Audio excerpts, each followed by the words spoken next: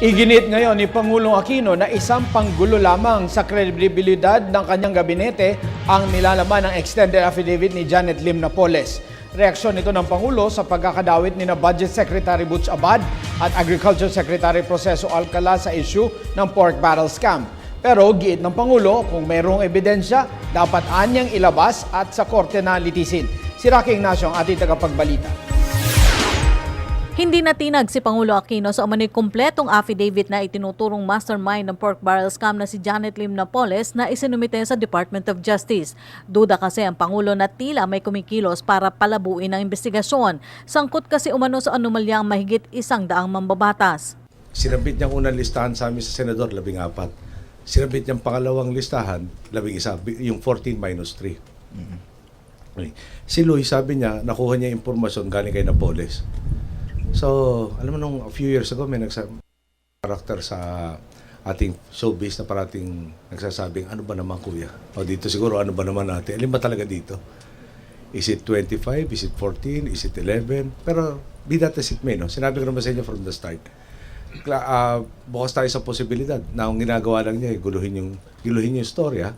No, habang dumadami yung imbestigahan natin, dulo kakaimbestiga na time's up na tayo, hindi na nasampay yung kaso at baka yun na strategy. Kabilang kasi sa listahan ni Napoles ang ilang cabinet members na sina Budget Secretary Butch Abad at Agriculture Secretary Proceso Alcala.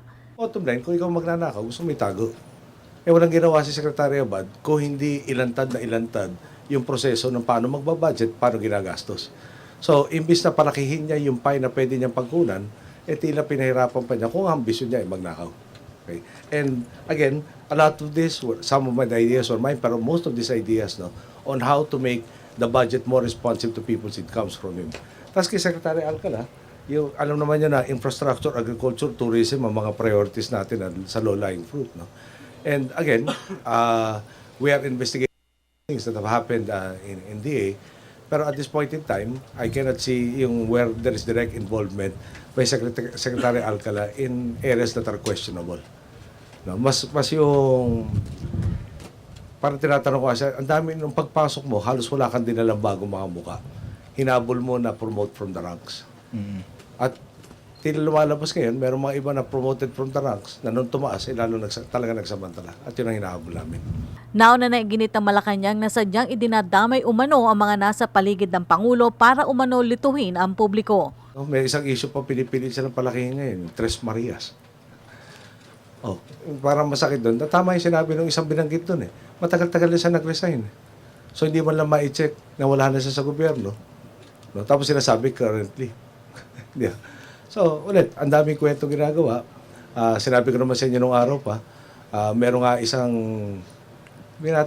politiko na nag-coin nung expression ako, hindi mo kayang bumango, pabahuin mo lahat.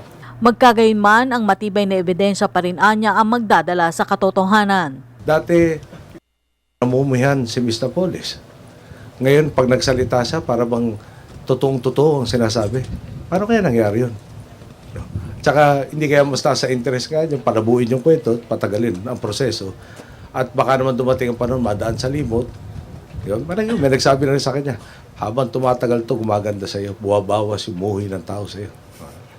Ngayon, kung tayo naman ipapatulan natin yung panliligaw niya, nasa atin na yun. Basta kami, hanapin ang ebidensya, at kung may ginawa, mahahanap yan, nandiyan suficiente ebidensya, isang pa yung kakulang kaso. Simple-simple lang. Para sa Telebisyon ng Bayan, Rocky Ignacio.